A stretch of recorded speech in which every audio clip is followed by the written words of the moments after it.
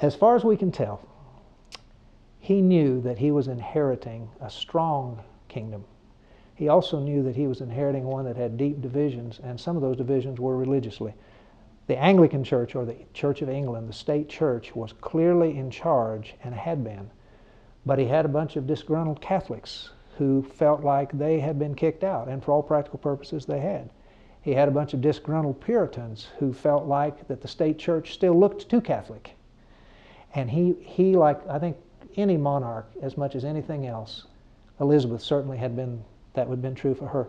He wanted a stable kingdom. He wanted one that would run as smoothly as it could.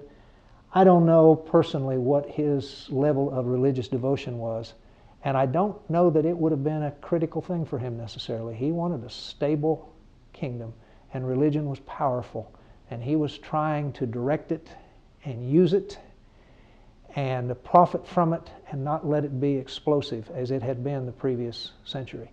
So I think that helps me understand King James. Now there are King James, the person, there are King James experts around who know a lot more about him than I do. But from what I've read, I think that's what he was trying to do. He wanted this to be a positive thing. It could have blown up. I mean, it could have blown up on him. It took about 6 or 7 years for them to finish the translation. It was torturous at times, but it worked.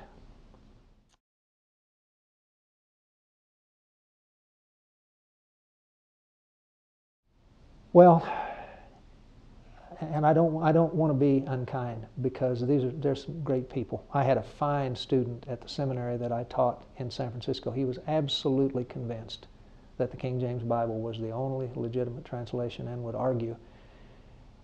They tend to be people of very serious faith, very conservative faith. I think they feel like that they are somehow protecting the purity of Protestantism at its best, and that other translations are not as protective of what they believe. They're very traditional, very conservative. They try to make claims that Greek manuscripts and Hebrew manuscripts support their case. 98% of the biblical scholars in the world, moderates, conservatives, liberals, would disagree, and they say you just can't make that argument. So it's a very vocal group. They're not a bad group of people, and there's not as many as there used to be. But I think they would say we're not just protecting the Bible, we're protecting the faith. And that's a point with which I disagree. And most scholars would disagree with it, but numbers do not always make right. So.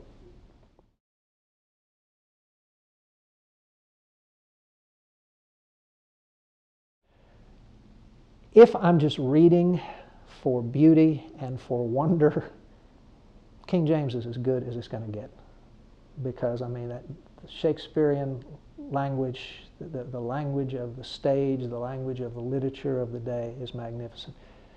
But I am a simple thinker.